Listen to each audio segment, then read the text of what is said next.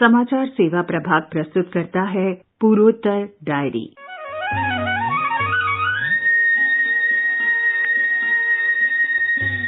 नमस्कार, शुभ संध्या। रविवार की शाम एक बार फिर आपसे मुलाकात का समय है। मैं हूं चंद्रिका जोशी।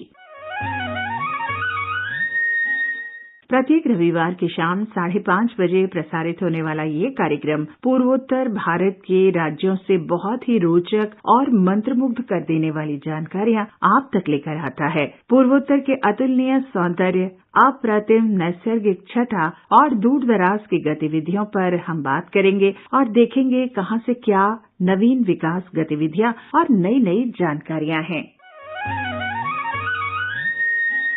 तो आइए पूर्वोत्तर का सफर शुरू करते हैं। सबसे पहले बात मिजोरम की। राष्ट्रीय पोषण मिशन के अंतर्गत देश से कुपोषण के अभिशाप को संपूर्ण रूप से समाप्त करने के लिए सरकार बहुआयामी प्रयास कर रही है। पोषण अभियान के माध्यम से जो प्रयास किए जा रहे हैं, उनमें किशोरों, बच्चों, गर्भवती महिलाओं और माताओं के पोषण संबंधी परिणामों में सुधार हो, इसका प्रयास किया जा रहा है। और अब एक प्रकार से ये जन चेतना जगाने के प्रयास जन आंदोलन बन गए हैं।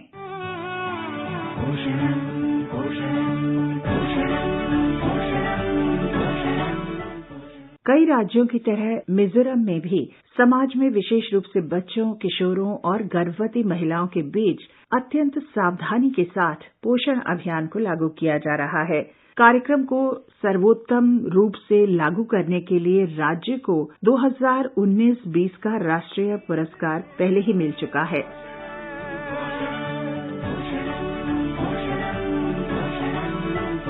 देश उम्मीद से है, करो पोषणम, करो पोषणम, पोषणम, पोषणम, पोषणम, पोषणम। देश उम्मीद से है, करो पोषणम, पोषणम, पोषणम, पोषणम, पोषणम। देश उम्मीद से है, करो पोषणम। कोविड के दौरान और उसके बाद की स्थिति में मिजोरम के महिला और बाल विकास विभाग ने सक्षम आंगनवाड़ी केंद्र बनाने और कुपोषण के सभी लक्षणों से निपटने के लिए अनेक कदम उठाए हैं। इसी संदर्भ में अब मिजोरम सरकार की महिला और बाल विकास विभाग के निदेशक श्रीमती लाल लियानापुई के साथ बातचीत हम करेंगे कि कैसे मिजोरम में पोषण कार्यक्रम के सर्वोत्तम कार्यान्वयन के लिए उनके विभाग ने विचारों और दृष्टिकोणों को समझा और लागू किया। आइजोल से हमारे संवाददाता ने मिजोरम सरकार की महिला और बाल विकास विभाग के निदेशक के साथ ये बातचीत की है। आइए सुनते हैं। We came to know about an enormous success in the implementation of nutrition program in Mizoram, and the credit goes to your department. So, can you please explain briefly about Saksham Anganwadi and Poshan Ma 2.0? Coming on to Saksham Anganwadi, it was earlier known as ICDS, that is Integrated Child Development Services. In Mizoram, it was first started in Lungdar East ICDS project in 1979. After 35 years of its implementation, it has gone into a mission mode from 2022. And the main vision and mission of ICDS are: number 1, preventing and reducing undernutrition as early as possible in a life cycle approach, recognizing that growth and development deficits are cumulative and irreversible.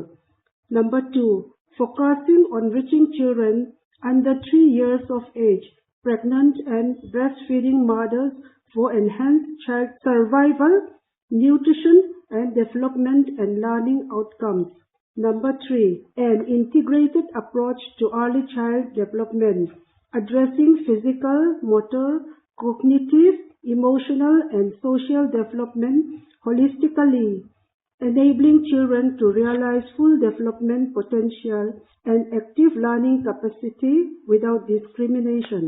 Number 4, extending from the center to family and community-based approaches, need to reach out to the most vulnerable age groups and the most excluded community groups.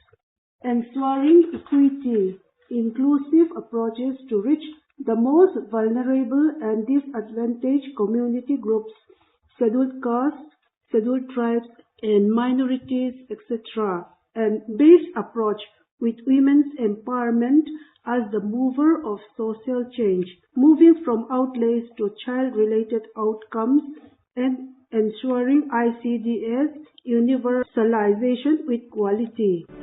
मुख से झांकता है भारत का कल, अन्न प्राशन करो, स्वस्थ बचपन करो, माँ का संसार हो, दूध सा प्यार हो, आशा वाला नया एक जीवन करो, खोल के आंखें सपने खड़े सामने, सारे सपनों का मिलकर करो पोषणम, करो पोषणम, पोषणम। क्या ICDS केवल पोषण सहायता प्रदान करने पर ध्यान केंद्रित कर रहा है या इन सभी को जमीनी स्तर पर किस प्रकार से लागू किया जा रहा है? Nutrition support deals with the preventing and reducing undernutrition as early as possible in a life cycle approach, recognizing that growth and development deficits are cumulative and irreversible. Apart from this, an integrated approach through early child development, addressing physical, motor, cognitive, emotional, and social development holistically, enabling children to realize full development potential and active learning capacity without discrimination is also being carried out in all the Anganwadi centers. To avail these benefits, the beneficiaries must be registered in the Anganwadi centers. The focus is extending from the center to family and community-based approaches, recognizing that service providers and community volunteers reach out to the most vulnerable age groups and the most excluded community groups. Involvement of communities is a must and foremost.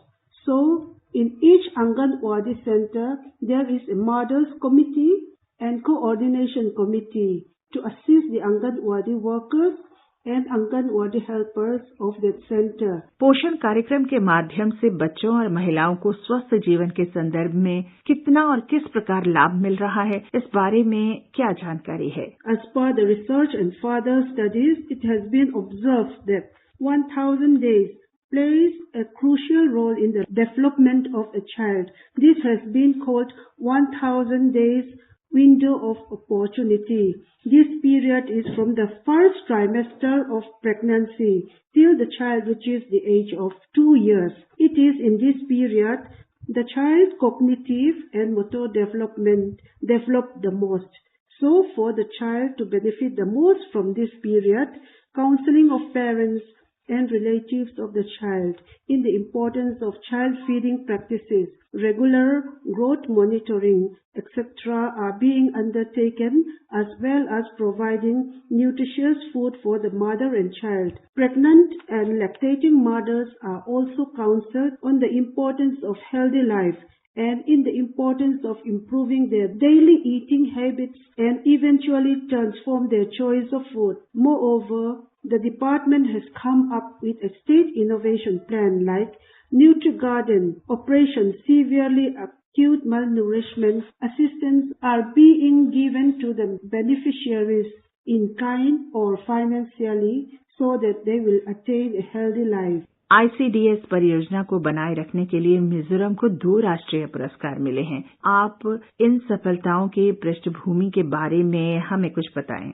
Since its inception, the director has given prior efforts in bringing healthy life in the community by behavioral change, so that the community benefits the most. The efforts was being noticed by the government of India, and so the department was awarded with 2 national awards in the year 2018 and 2019. These 2 national awards are Overall Excellence in Implementation with a cash prize of rupees 1.5 crore. Number 2, ICDS, cash implementation with cash price of rupees 1 crore. ICDS cash is an ICT-based real-time monitoring application in which the Anganwadi Center's daily activities are being directly reported to the Government of India.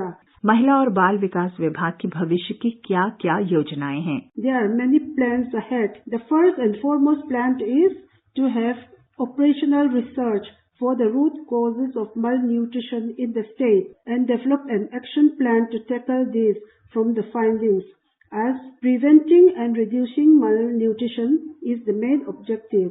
Finding the root causes in the state is of utmost importance. Secondly, as the Directorate cannot achieve all the objectives alone, we will be converging with the line department in terms of health, sanitation, education, etc. to bring development and healthy living and better practices for the community. And I take this opportunity to all the audience to participate and have sense of belongingness in attaining the future plans, so that we make this nation great for ourselves and for the future generation. Mizoram में ICDS और पोषण कार्यक्रम के बारे में हम बहुत कुछ सीख सकते हैं. This is Vanalwata from ISO. नन्ही नन्ही हथेली में आकाश है, पंख बेताब हैं उनमें विश्वास है, मुस्कुराती हुई बेटियां कह रही, देखो मंजिल का रास्ता यहीं पास है, कर रहा मिलके ये देश सारे जतन, कर रहा मिलके ये देश सारे जतन, सारे जतन.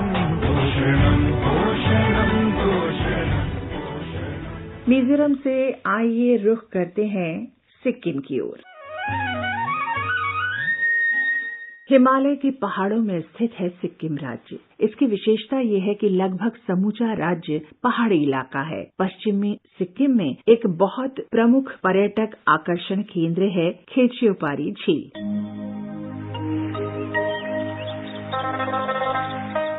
इस झील को बौद्ध मान्यताओं में बहुत पवित्र माना जाता है. पश्चिमी सिक्किम में पेलिंग के पास स्थित खेचियोपारी झील कई किंवदंतियों की झील भी कही जा सकती है. अनुमान ये है कि ये लगभग 3,500 साल पहले की है. मानव के पैर के आकार की ये झील बौद्ध तीर्थ यात्रा सर्किट का हिस्सा है और हिंदुओं के लिए भी ये महत्वपूर्ण है. एक लोक कथा यहाँ कही जाती है, वो ये है कि झील का ये पद चिन्ह महिला बोधिसत्व तारा जेटसन डोलमा का है और ये उस समय का है जब भगवान पद्म संभव ने झील में उपदेश दिया था. माना ये भी जाता है कि भगवान शिव ने झील के ऊपर स्थित डुपुकनी गुफा में ध्यान लगाया था. कुछ लोगों का ये मानना है कि झील की उत्पत्ति तब हुई जब भगवान शिव ने भूमि पर कदम रखा. गैंगटॉक स्थित इतिहासकार और प्रोफेसर डॉक्टर राजन उपाध्याय ने खेचियोपारी झील की विरासत को इस तरह से साझा किया. While talking about Khechupari Lake, it has got two major religious linkages, namely the Hindu and the Buddhist, and this lake is considered as sacred by both the creeds of dharmic traditions. Khechupari is a conjunction of two words, Khechio meaning flying, maybe the yoginis or taras according to Buddhist interpretation, and Palri means palace.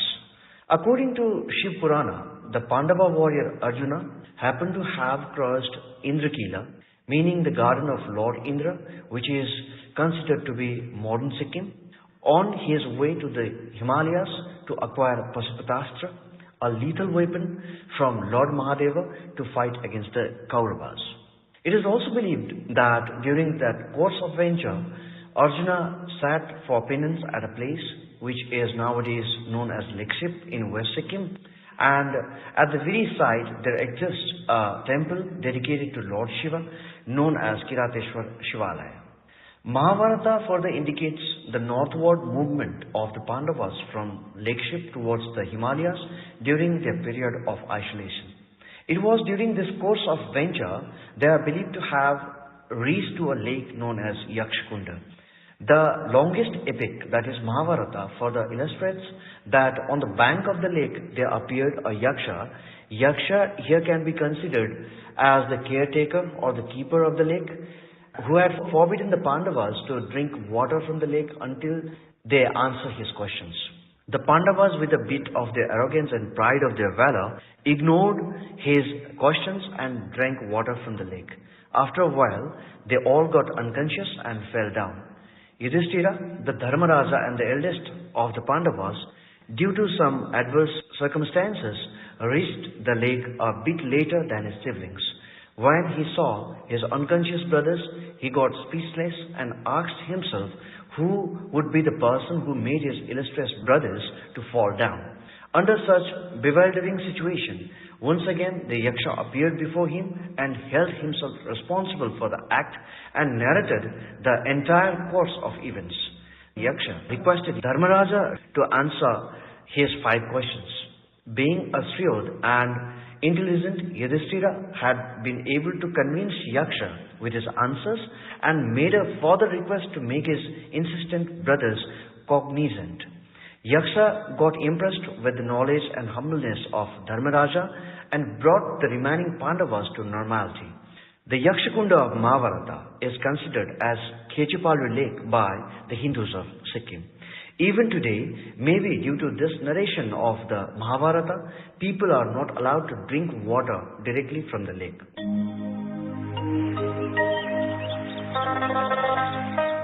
Apart from this Puranic and Mahabharata traditions, we have got another linkage to the lake from the Buddhist perspectives. It is believed that Mahaguru Padmasambhava, better known as Guru Rinpoche, trained 64 yoginis, who are known as Chaunsiti yoginis, at Khechipalu Lake, and the lake is also identified by the Buddhists as the footprint of goddess Tara, as from a high vantage point the contours of lake looks like a footprint.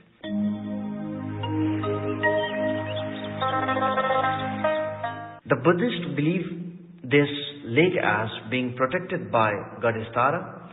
Another Buddhist legend says that the shape of the lake is in the form of foot that resembles foot of Lord Buddha.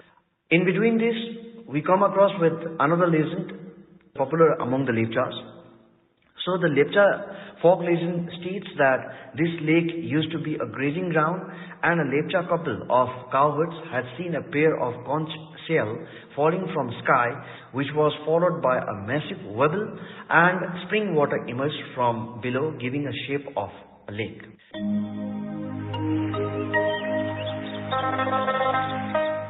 Interesting aspect of the lake is that leaves are not allowed to float here, which is ensured by the birds who pick them up once the fallen leaves touch the lake surface.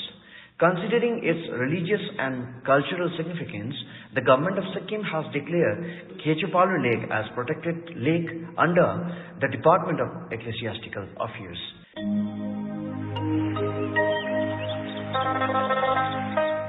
खेचियोपारी झील प्रकृति प्रेमियों के लिए स्वर्ग है। घने जंगलों से घिरी ये झील पक्षी प्रेमियों के लिए भी स्वर्ग है।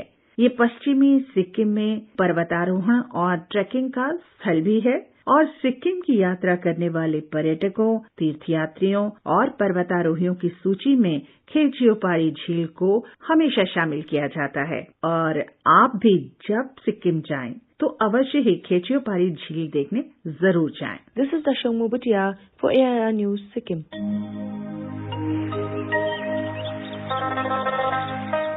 सिक्किम से हम रुख करेंगे नागालैंड की ओर।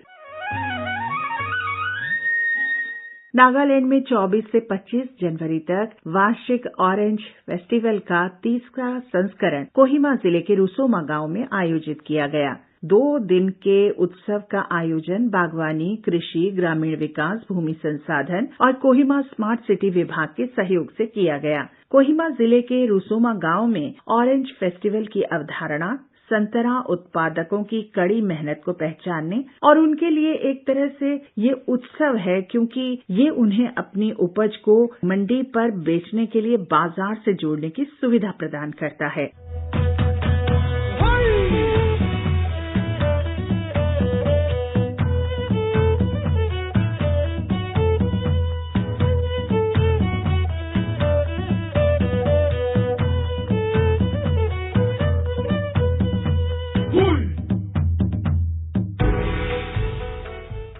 वर्तमान में रुसुमा गांव में संतरे के बागान के लगभग 35,000 पेड़ हैं और इससे गांव को 40 लाख रुपए से भी अधिक की आमदनी हो रही है।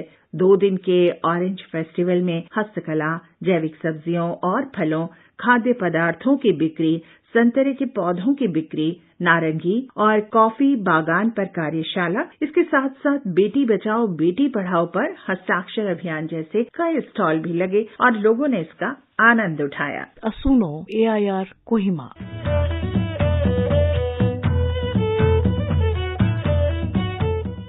और अब त्रिपुरा का रुख करते हैं। त्रिपुरा में राज्य विधानसभा चुनाव नजदीक आने के साथ साथ चुनाव आयोग मिशन जीरो वायलेंस के माध्यम से शांतिपूर्वक तरीके से चुनाव कराने के हर संभव प्रयास कर रहा है।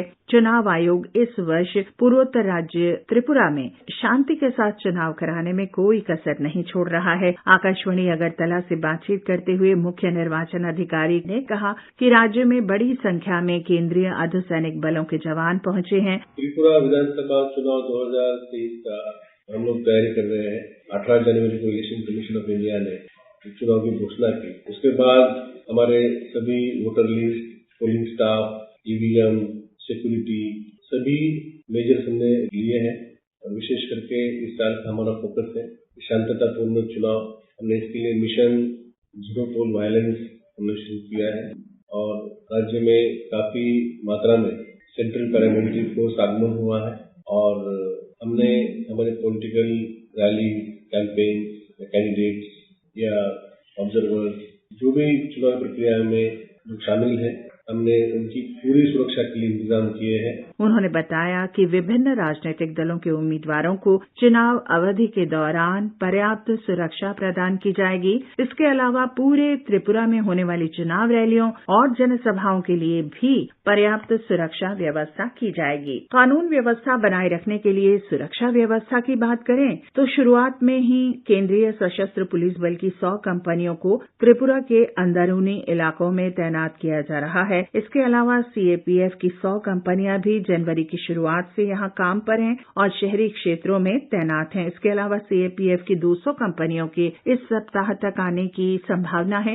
इनका इस्तेमाल area domination, patrolling, flag march, वाहनों से पेट्रोलिंग, नाका ड्यूटी और अन्य चीजों के अलावा छापे मारने के लिए भी किया जा रहा है। इसमें काउंटर इंटेलिजेंसी भी शामिल है। पूरे मिलकर 3,333 पुलिस स्टेशन है। हमने इसमें से करीब 929 पुलिस स्टेशन ऐसे निकाले हैं जिसमें लास्ट इलेक्शन में कम वोटिंग हुआ था, करीब 88% से कम हुआ था। तो हमने विशेष अभियान चलाया है स्वीप का, सिस्टमैटिक वोटर एजुकेशन प्रोग्राम। हम उसके तहत सभी शहरी और ग्रामीण और ट्राइबल भागों में हम लोगों को और ज्यादा मात्रा में वोटिंग करने के लिए उत्साहित कर रहे हैं। मिशन 929 के अंतर्गत जो हमने अवेयरनेस कैंपेन चलाया है, मुताबिक ये वोटिंग परसेंटेज इस साल पिछले चुनाव से अच्छा होगा। जो घर पे ही वोट करने का एक प्रावधान बनाया है, उसमें भी हम लोग उसे शुरू करेंगे और जो फिजिकली हैंडीकैप्ड है उनके लिए हमारा अच्छा प्रिपरेशन चल रहा है और मुझे पूरी उम्मीद है कि इस साल का चुनाव शांतिपूर्ण होगा और त्रिपुरा में करीब 90% का वोटिंग परसेंटेज होता है।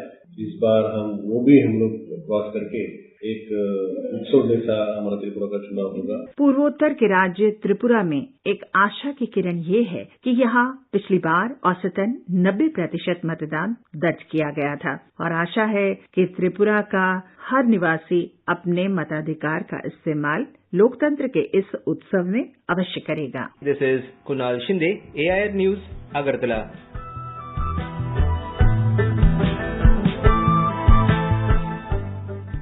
और अब हम आपको सुनवा रहे हैं असम का ये खूबसूरत सा गीत, आइए सुने।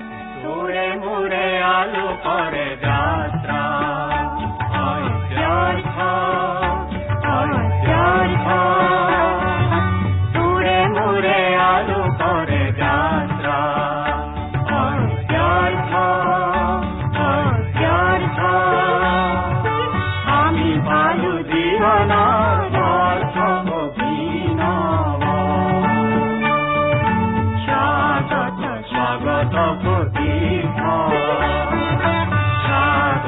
स्वागत को दीर्घ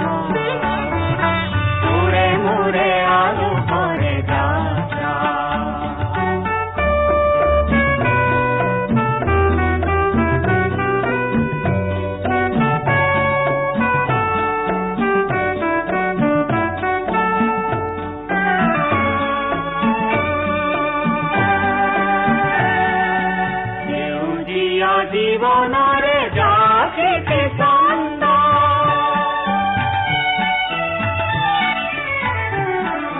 সেউজীয়া জীবনরে জাগিতে ছন্দ আহে আহে জনতার অন্তরে অন্তরে আলোক বসন্ত হাহে হাহে প্রসারিত অরুণবাণী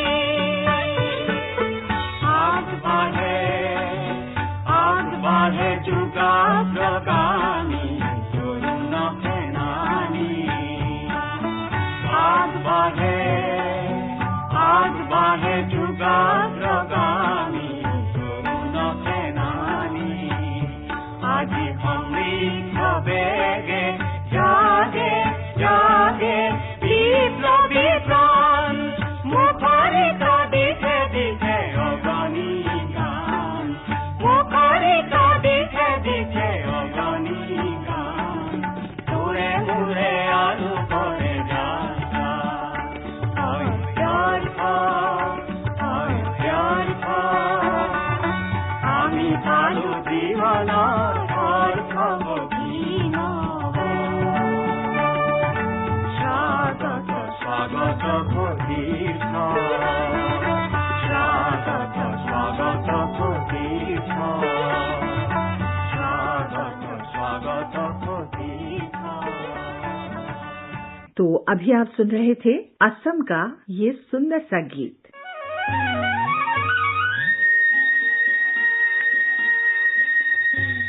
रविवार की शाम 5:30 बजे प्रसारित होने वाला पूर्वोत्तर डायरी कार्यक्रम पूर्वोत्तर भारत के राज्यों से बहुत ही रोचक और मंत्रमुग्ध कर देने वाली जानकारियां आपके लिए लेकर आता है। पूर्वोत्तर डायरी के लिए नियत समय अब समाप्ति की ओर है।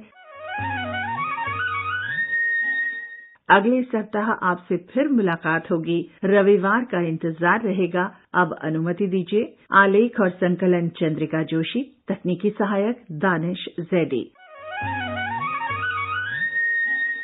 ये कार्यक्रम आकाशवाणी के समाचार सेवा प्रभाग द्वारा प्रस्तुत किया गया।